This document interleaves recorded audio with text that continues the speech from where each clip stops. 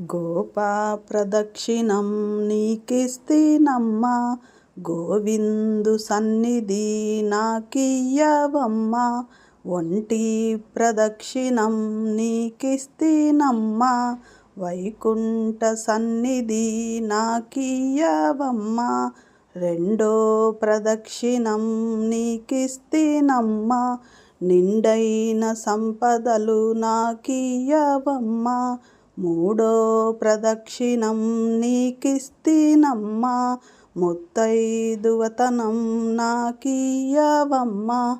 రామ తులసి లక్ష్మి తులసి నిత్యమ్మ ఇంట కొలువై ఉండి విలసిల్లవమ్మా.